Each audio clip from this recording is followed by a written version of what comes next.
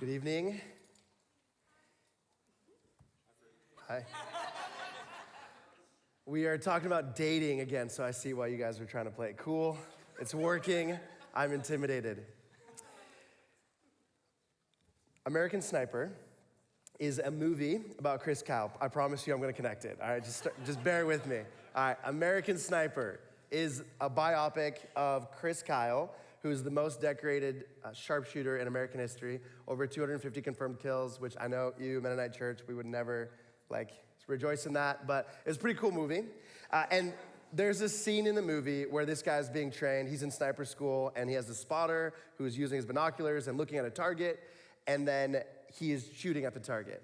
And the spotter is like his coach, and is like, Kyle, you gotta get those groupings tighter. So groupings is when you're shooting, each time you hit the target, the closer they are together, the better you are of a shooter because you actually hit what you're aiming at.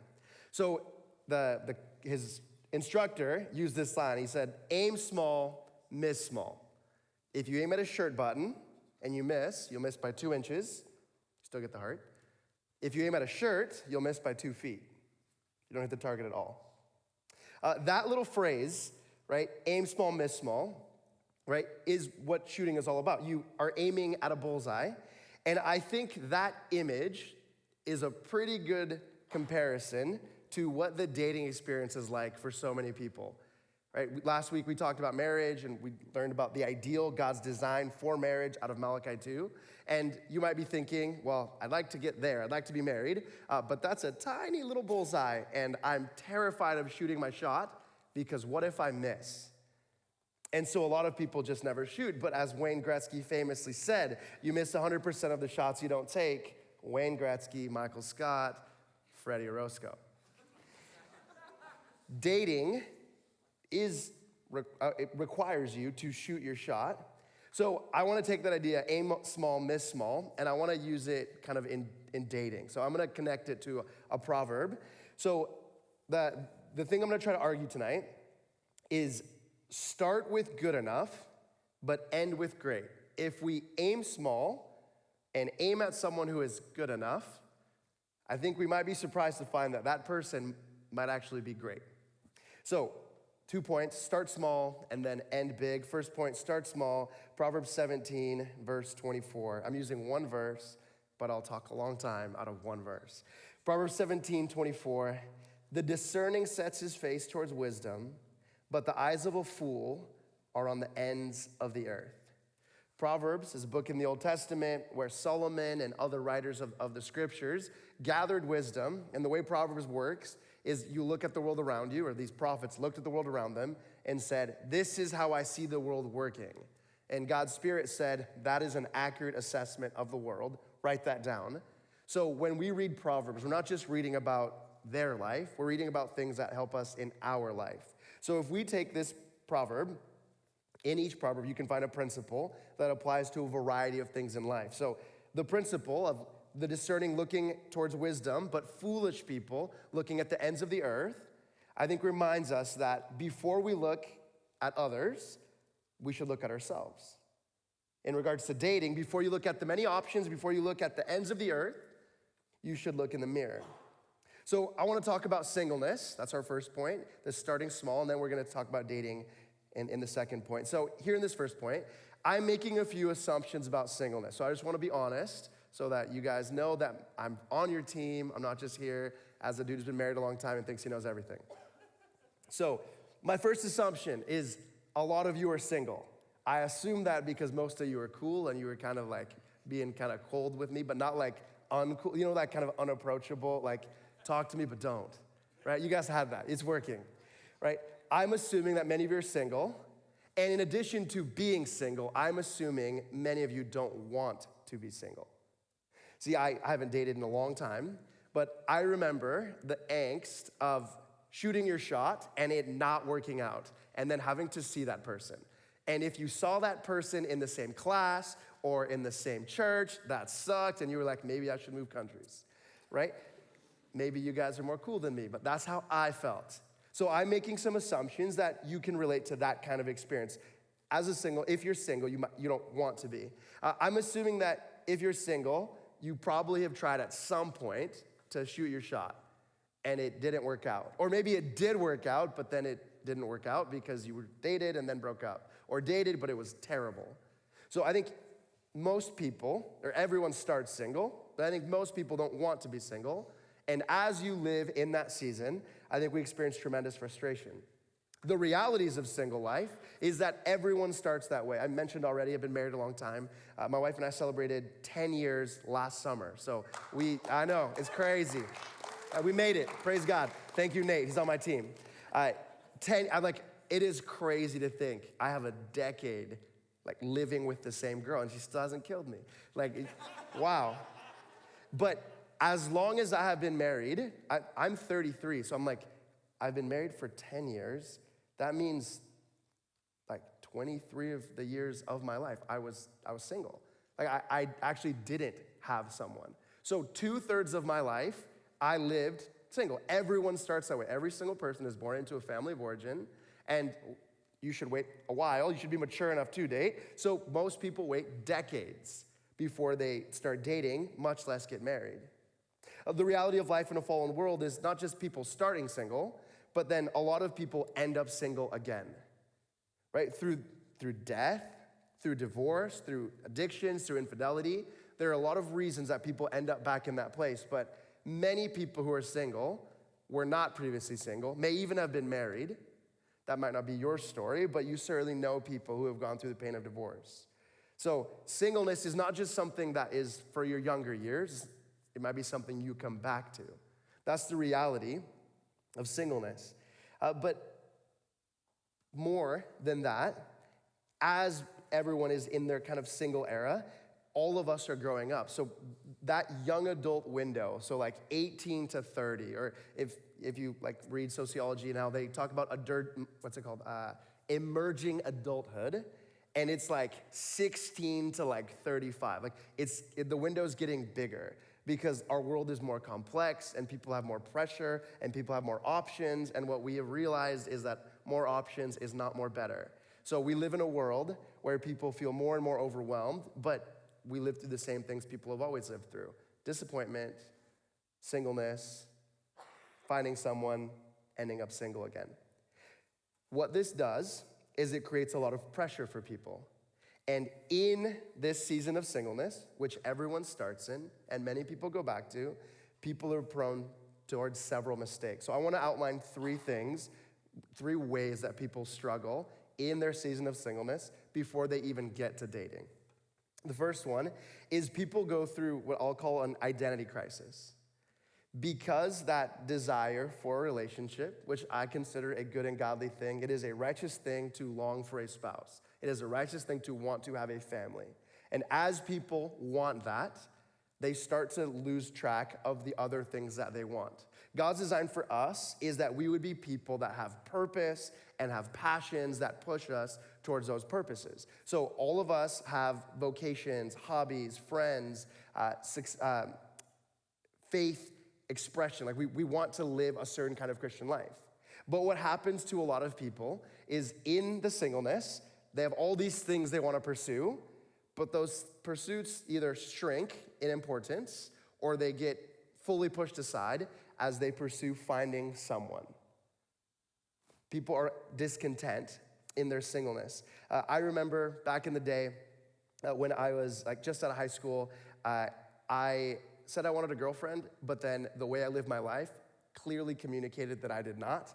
I lived to play basketball, so I had a job because I had to buy gas, pay insurance, pay for my cell phone, and then I was going to school, so I needed a little bit of money for tuition. But the thing that I most longed to do was play basketball. So if I had free time, I would text the guys and I would say, hey, I'm free tonight. Who's hooping? We'd show up around 6. We'd leave at 10. Right? That's what I wanted to do. And in that season, I met a girl that I liked, started dating, but nothing else in my life changed. She was a girlfriend, I guess, but I lacked the maturity to prioritize that relationship. I had these passions that I was chasing, so the relationship was unimportant. People do that. People struggle in that way. The passions are so important, they neglect the relationship, or in the pursuit of a relationship, they fully neglect their passions. What it shows is people don't know who they are. My problem at that point in my life was I did not know who I was. I did not know what I wanted in life. I just wanted to have fun and not be alone. And what it did is it created a lot of conflict, a lot of struggles in our relationship, and ultimately we ended up breaking up. For so many people, the identity crisis distracts them from a tremendous opportunity in that singleness, which is the development of character. Character is who you are when no one's looking, and when you have no one that you are required to impress, who you actually are is what shows up. So when you're dating, so as an example, when you're dating, the first thought in your head is, what can I do to make that person think that I'm fun, that I'm cool? How can I present myself so that they want to be around me? And if that person isn't in your life, then the focus becomes, if I'm not impressing them, then who am I impressing? For too many people, it becomes, I want to impress every available option. Your identity becomes, how can I be loved by a bunch of fickle people? Or, if you're focused on character development, it becomes, how can I become the person that God made me to be? For so many people, singleness is an era of identity crisis. Not just identity crisis, it becomes a time of impatience. And I recognize I'm painting a darker picture, but that's not true for every person. I think many people struggle in singleness, but some don't. I think some people are in fact content in their singleness. I think singleness has a lot of benefits. You have more time to pursue career. You have more time for hobbies. You have more money for the things that you want to buy. You have a lot more flexibility in that you can change things without consulting anyone because there is no one to consult. So there's a whole lot of good that comes in that season. You have an opportunity for character development. But often, people can't focus on the good. They look at the bad, and they look at, why am I still here? Like, is something wrong with me? Because I don't want to be single, and I'm trying to do the right things, and I'm working on myself, and I'm like trying to be a good Christian, and like I've talked to a few people, but nothing's worked out, so maybe the problem is me. People get very, very impatient. And they look at this season as waiting. That's the word I hear a lot. I'm waiting. I'm just waiting for another opportunity. I'm waiting for the next person. I'm waiting for a second chance with the person that got away. Waiting is the key word. But what if singleness wasn't waiting? What if singleness, more accurately, was growing? So if character is who you are when no one's looking, then singleness gives you the greatest opportunity in your life to form character when no one is looking. So you're not waiting. Waiting is passive. Waiting is wasteful. You're growing. It's time. It's an opportunity to develop into the kind of person that you want to be. Which character trait is most important to you? Singleness gives you an opportunity to look after it. It's an opportunity to grow up. I've been married 10 years. We have a few kids. And my oldest son is almost 4 years old. And my greatest passion in working with my wife is parenting these kids, and the thing I most want to see in them is character formation. And character formation comes through the tiniest, insignificant things repeated many, many, many times. So one of the ways that we seek to form character in our kid is that when he gets a treat, so whatever he's done a good thing. He helped his brother clean up their toys. He helped mom take out the trash. He helped me hold open the recycle bin so that we could take out cardboard. Whenever he's done a good thing, we tell him, yay, you get a treat, and he gets a Starburst, or he gets something that's individually wrapped. And when he's done with that thing, he gets a direct command, son, go put that in the trash. And the expectation is that he would put it in the trash. And if he misses, he actually gets in trouble, which may sound harsh, but my goal in that moment is if you can take one tiny piece of paper and you can walk it and put it in a trash can, you are the kind of person who is learning to follow through on your responsibilities. You have a delicious candy that, in the mind of a 4-year-old, is all-consuming. But what he needs to learn is, even when I'm having a great time, even when I am overwhelmed with joy, I have a job to do. I need to finish my work. I need to handle my business. I'm teaching a 4-year-old to do that. Or my wife and I together are teaching a 4-year-old to do that. What singleness does is it gives you that opportunity to learn on your own. Your parents might not be as involved anymore because you're young adults, right? Emphasis on the adult part.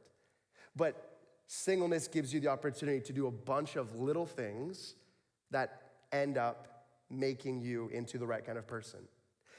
This is Jordan Peterson's 12 Rules for Life. This is what the whole book was about. It's if you make your bed every day, it actually does something to you, right? If you take out the trash or if you pet a cat, all these goofy things that he talked about, what they do is they shape character. They shape you into the kind of person you're gonna be. So singleness is a time when people struggle with identity crisis, they struggle with impatience, and they start to miss the fact that in this season, your character is being formed, and it's not just being formed by you. If you're a Christian, what is true about you is that God has said, if you are a Christian, if his spirit is inside of you, God is working in your life to transform you from one degree of glory to another. So 2 Corinthians 3:18, I didn't even put it on the screen because I didn't think I'd have enough time. But this verse tells us God is changing us. We are being transformed from one degree of glory to another. It's a passive verb. It means God is the actor and he is changing us apart from your own effort. So if in this season of singleness, you put in the effort to do the little things like take out the trash and respond to text messages in a timely manner, as small examples, God is working in your life to shape you into the kind of person you want to be. People struggle in identity crisis, and impatience, and lastly, an information overload. Our proverb warns us that the foolish looks to the ends of the earth. And one of the struggles that people have in today's world is that there has never been more options, and more options is not always better. So what happens is people look at everyone and then reject everyone because it's overwhelming. And you start to nitpick wildly insignificant things. So I didn't like that they wore that outfit, or they spend time with that person who I find kind of annoying, so they obviously lack discernment, or I've actually never seen them at my service, even though our church has 10 services to go to. So you're they obviously don't go to church, and you start to make assumptions, and you're zero interest. I don't even like the way they breathe, right? We, maybe none of you have thought that, right? But we can be remarkably petty, and we reject people, or we look at all the options, we think, how can I pick just one? And you chase a bunch of different options, right? People do that. This combination of identity crisis, impatience, and information overload, what it does is it creates tremendous discontentment in us. These things, for so many people, what singleness is that it's a season of discontentment rather than an opportunity for transformation. And what I want you to think of when you think of what it is like being single is that it is an opportunity for growth. It is an opportunity to learn to be content regardless of your situation. Because the reality of life is that people who are content tend to be content regardless of the circumstances. And people who are discontent continue to be discontent even when their circumstances improve. I was at an event a few weeks ago, a youngish adult event where we were talking about vocation. We were talking about career. And I was speaking to a young woman who is a school teacher, and she was talking about working at a public school and then working at a Christian school and just sharing the highs and lows of each experience. And as we were talking, I asked her, do you like teaching more or do you like kids more? And she's like, honestly, that's a good question. I like them both, but I guess I really love kids. I just love being around kids and seeing them learn and seeing the joy that I feel when I see them understand something and me knowing that I help them, that's such a rewarding thing. And I was like, oh, so you loved working at your previous school? She's like, no, honestly, it was really hard, but I loved the kids, so I just did it. I'm like, do you love your school now? She's like, yeah, I like it. There's still some challenges, but I love the kids, so I keep doing it. She was content regardless of her circumstances because she just cared about kids. I think there's a parallel between this young woman's experience and the way that we approach singleness. If you are content to be single, if you can be okay in developing character and being in a season not of waiting, but of growing, you will be content when your circumstances change. If you are discontent as you are single, I think you will continue to be discontent as you date. The other person will not impress you enough. The other person will not be fun enough. The other person will not pay enough attention. And you will be disappointed yet again. When I say start small, what I'm trying to get you to understand is singleness is an opportunity to grow. It's an opportunity to look at ourselves before we look at the many options. The wise The discerning look at wisdom or pursue wisdom, right? And the fools look towards the ends of the earth. What singleness does, it gives you an opportunity to discern who you actually are and then who you want to be. So I want to give you a verse. I'll just give you the reference, and then you can look it up on your own time. When we talk about maturity, the word that most comes to mind is character, who you are when no one's looking. And if we're going to use the language of the Bible, character means there are some things you leave behind, and there are some things that you become. So the things that we leave behind are what Scripture will call the works of the flesh. So if you read Galatians 5, verses 19 to 23, Galatians 5, 19 to 23, you will see two phrases. You'll see works of the flesh and fruit of the Spirit. If you are to grow in character, if you are growing as a Christian, you're being transformed by God working in your life, there should be less works of the flesh and more fruits of the Spirit. So the works of the flesh are things like impurity, jealousy, anger, divisions, drunkenness. These are things that show that we're part of the world, show that we live exactly like the world. And as God changes us, as our character is transformed and formed through our effort as well, we leave some of these things behind.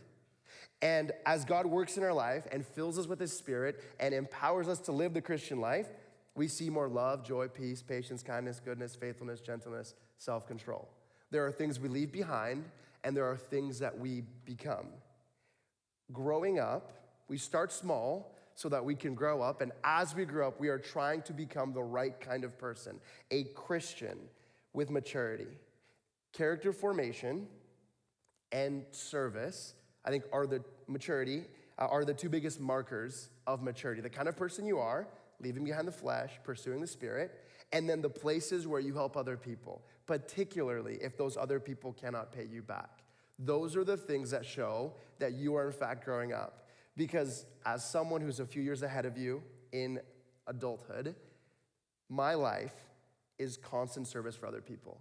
I have a wife who needs my help. I have kids who need my help. I have people in my life who need my help and are owed my love. What you are learning in your singleness is how to serve other people, and what it does is it prepares you to be in the life of another person. Singleness is not waiting, it's growing. So we start small, but then we want to end big. So I'm going to circle back to the proverb, and then I want to talk about the way that we should pursue dating. So if you are single and you discern that you are mature enough to pursue a dating relationship, what comes next? So Proverbs 17, verse 24, the discerning sets his face towards wisdom, but the eyes of the fool are on the ends of the earth. So we already said that this proverb teaches us to look inward before we look outward, but we also learn from this proverb that wise people learn from the past. If the discerning person sets their eyes on wisdom, what happens is that they end up learning from past experiences, their own and other people's. So yes, we have to look inward, but more than that, I think we need to free ourselves from the traps you may have fallen into, either through your own experience or through what your closest friends have gone through. So I want to list you a bunch of disappointment traps that people fall into.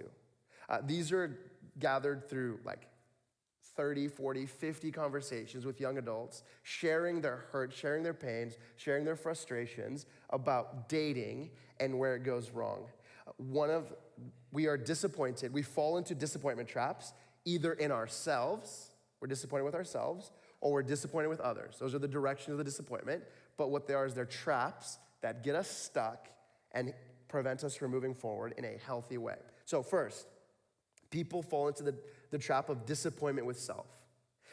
It is possible that through past failures, whether your own or people close to you, the thing you're most afraid of, the thing that prevents you from moving forward, is the reality of lack of effort, where you look at your life and you think, either I haven't tried hard enough and I don't know if I could, or I tried really hard, but I have too many things in my life. I'm too distracted by various other commitments. I have school, I have work, I have family, I have friends, and the idea that I would then also have to make time for this person who might not even appreciate the effort I'm making for them, it's overwhelming. So it's too much. I'm just not gonna try. Or you're disappointed in yourself in lack of focus, in that there have been opportunities that maybe we fumbled away because there were too many opportunities where this person was cool and this person was cool, this person was cool, and I didn't want to pursue this one because I was terrified of ruining the friend group, but then I pursued this one, and then this person actually knows this person, so it ruined the friend group anyways, and it's too many options. If I'm gonna find someone, it's not gonna be from here. It's gonna be someone from another church, probably another country, so that there's no danger to me, right? We're disappointed in ourselves, and we think, I can't be trusted to pursue a relationship in a healthy way. Or you might be disappointed with yourself in lack of success, where all you can think of is past failed relationships, and as you remember those relationships, all you remember are your own errors. So the things that you didn't do. So you're like, I didn't communicate well enough, or I held grudges, or I did these other things. I lacked effort, I lacked focus, and I'm like, I'm the problem, so I can't move on. These traps, disappointment with self, prevents you from moving forward. But our proverb teaches us that the discerning sets his face toward wisdom. Wisdom, as I defined at the beginning, is observing the world around you and learning from the way the world works. Wise people learn from experience. So regardless of your dating history, regardless of your dating disappointments, if in your season of singleness, in your season of growing, you set your mind on building character, on serving other people, no amount of disappointment with self prevents you from trying again. The other trap that people get stuck in is disappointment with others. And I think people struggle with disappointment with self, but it is far easier to be disappointed in other people. And people give you plenty of opportunities to be disappointed in them. I think people struggle because we're disappointed with others because other people often fail to show interest. They lack interest in ourselves. Everyone has been in a relationship or knows someone who's been in a relationship where you tried harder than the other person. And inevitably it fizzles out because relationships require reciprocity. Both people need to give 100%, and that's what makes a relationship work. And you go into a relationship and you're thinking, well, I drive to them every time. I text them first every time. And you know what? People like that suck. And actually, I know so many people like that. And my friend knows people like that. And their friend knows people like that. So I think everyone is like that. I'm just not gonna date. I'd rather be lonely, because that sucks. But that sucks less than dating someone like that. You actually don't know what the other person's like, but we assume, because of past disappointment, that everyone else is gonna be exactly the same. People lack maturity, right? People say and do dumb things, and then don't really ask forgiveness, or ask forgiveness in a way that makes it seem like they don't really understand what they did. We are often disappointed with others because of lack of options. So there's one or two people that you're really interested in, but they're off the market instantly. And then you're terrified of pursuing anyone in this friend group because the friend group is a sacred cow. And if I shoot my shot and it gets weird, then everyone else in the friend group is gonna hate me for making it weird. And I don't wanna make it weird, because that one person in that one friend group made it weird, and I don't wanna be them. We get stuck in the disappointment trap, both in the way we view ourselves and the way we view other people. But wise people, the discerning, learn from the past and learn to move forward. So I'm gonna give you a way of thinking about pursuing dating as a single person that I'm building out of this proverb, that the discerning seek wisdom. So this is how I've observed the world to work, and I'm giving you this advice. It's yours to take or to reject, but this is how I encourage young adults to pursue dating relationships. Your very first move is to discern who is good enough. And I recognize that that phrase, good enough, does not elicit like the most confidence, right? When you think good enough, you think like a McDouble. Like, yeah, it's good enough, but if I had to choose between a McDouble and Cactus Club or the Keg or what, most of you are choosing the other thing, yeah? Help me out. Some of you are maybe McDouble people. Maybe that was a bad example. If I'm saying 7-Eleven hot dog or the Keg, come on. Okay, that connects with you, right? There's an obvious hierarchy to the options, right? And I think we approach dating in that way. We think, until I see a steak, I'm not shooting my shot. Aim small, miss small, right? But I think the way we misunderstand that idea is that you actually still have to shoot. And I think so often people don't shoot. So my advice is, when you are thinking, is this a person that I could potentially date? The question you should ask is, are they good enough? Like, are they a good enough fit? And here's what I mean. I want to define good enough because I recognize that sounds like you're making people like jump through hoops for you. So good enough, by good enough, I mean, are they the kind of person that is going in the right direction? That means they're not actually there, but they're going in that direction. So I'm going to give you two words that I think are wildly important in defining good enough. Possible and probable. Those are not the same thing, but we often confuse them. So when I say possible, I'm talking about things that could possibly happen, things that are potential, but will require tremendous details working out to actually be achieved. So for example, it is possible that Fredy benches 405. I have two arms, which you need two arms to bench. My back works, so you need a back, right? And I haven't torn a tricep or a pec, so it is possible that I could bench 405. I see you laughing, dog, that hurts. It is possible. A lot of things would have to work out first, but it is possible. If you took me to a gym, though, you would find out pretty quick, you're like, that boy can barely get up a plate. What's wrong with him? I can get up a plate, though. Josh, help me out. So, if, however, you ran into Wes Huff, right, the dude who debated Billy Carson, got on Joe Rogan, right, genius, Christian apologetics guy, if you ran into him and he told you, I bench 405, his is actually probable. Because all you would have to do is get him into a gym and you would find actually he benches 405. Like, that guy built different. He's like super smart and super built. He's crazy. He's the total package. But Wes Huff can actually bench 405. If Fredy tried to bench 405, you would find out that my possible is actually never gonna get there at all. I think dating is a little bit like that because as we look at people, when we look at someone, you can figure out relatively quickly if they can actually do the thing they claim to do. Fredy can tell you I bench 4 or 5 all day, but all you gotta do is, hey, can you do 30 push-ups? I'm like, I can do like 15. Like, then no way you benching 405, man. Fredy, do you go to the gym? I'm like, once every 6 months.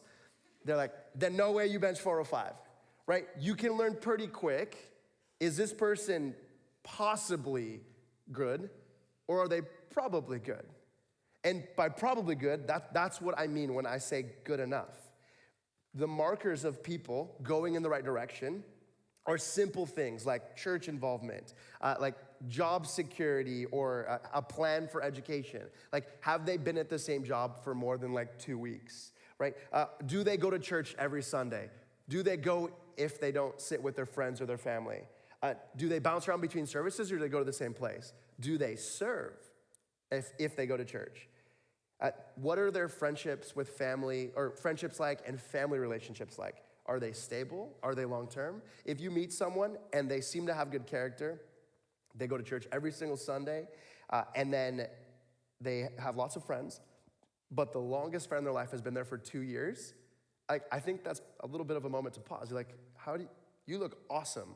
Why does no one in your life know you for more than 2 years? What happened 2 years ago? Nothing. I don't want to talk about it. Like, okay, interesting.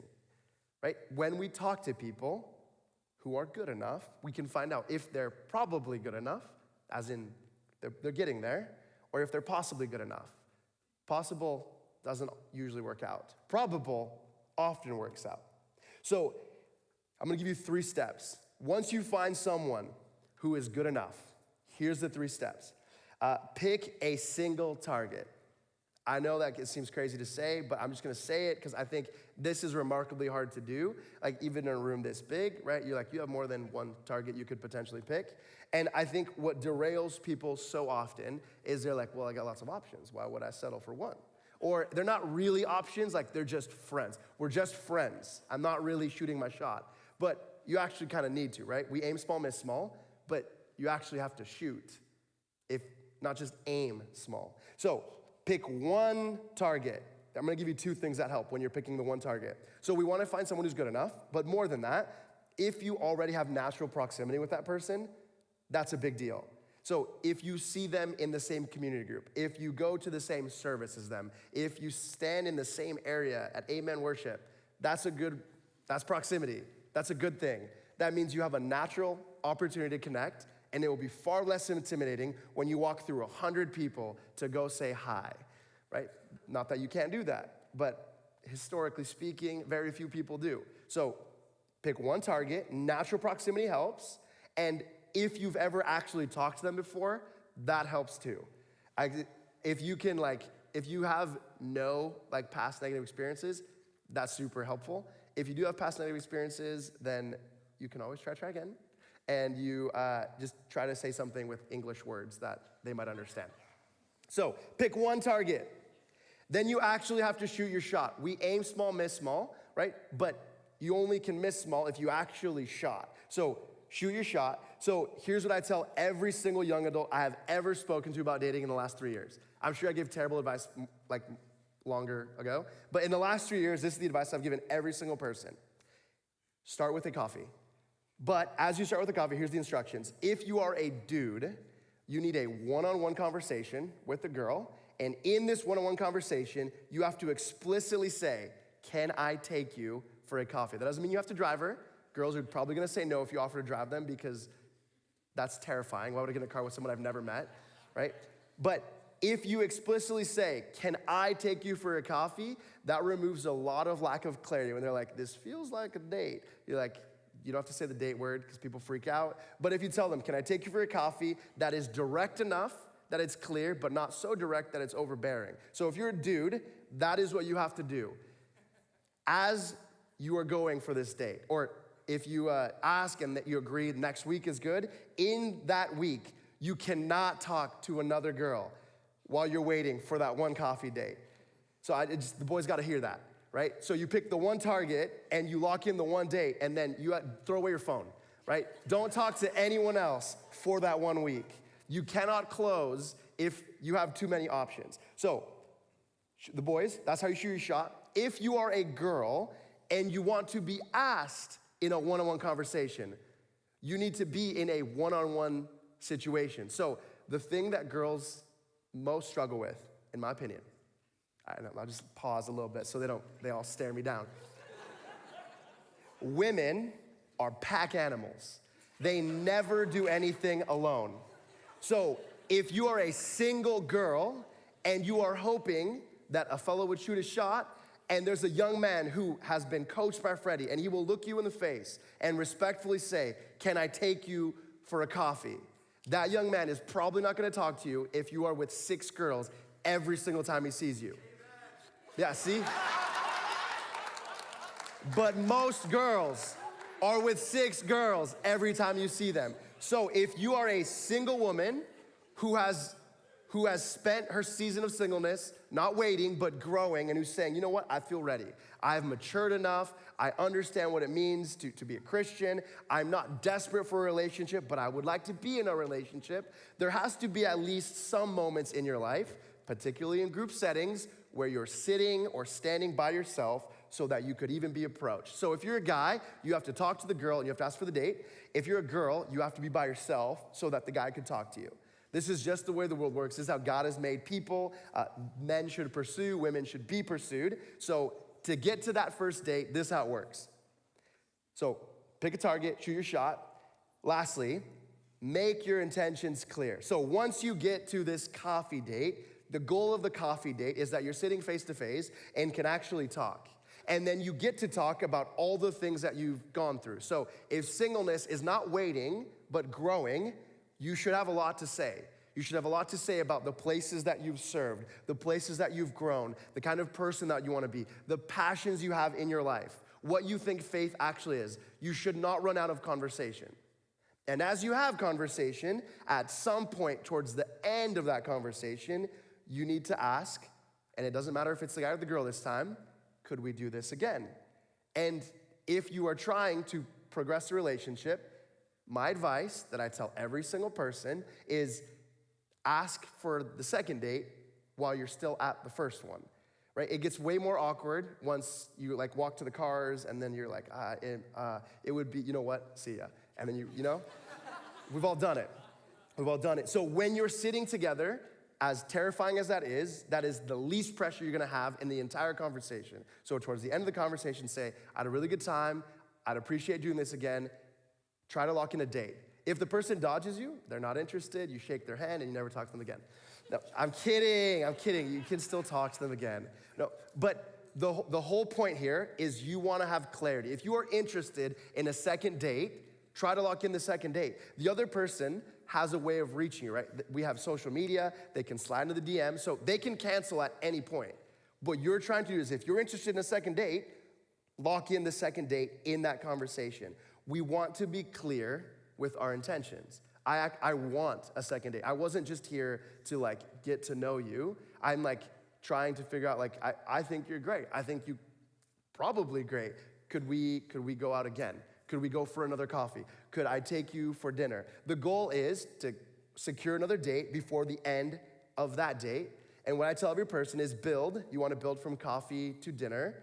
And then in general, and this is not a universal truth, in general, if you're going on official dates, not like hangouts, not like group things, if you are going on official dates, we'll say like 1 week apart, you go out 3 times, you have a conversation for 90 minutes to 2 hours, somewhere in there. By the third date, you have a pretty good picture of who this person is.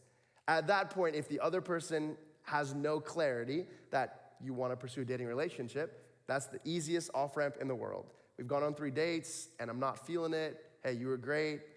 Have a good life.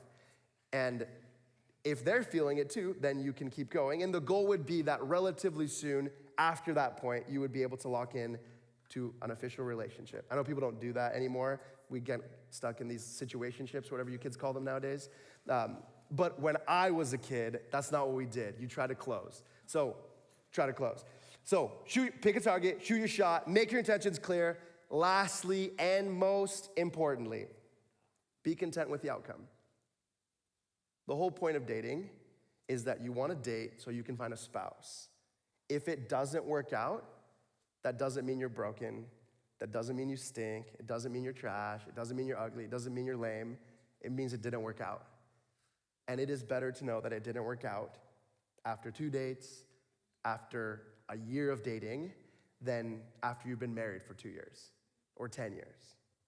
We are often so disappointed that it didn't work out. And we look inward, the disappointment trap, we fall right back into it, and we think maybe something's wrong with me. Maybe something's wrong with everyone else. Maybe I'll always be single.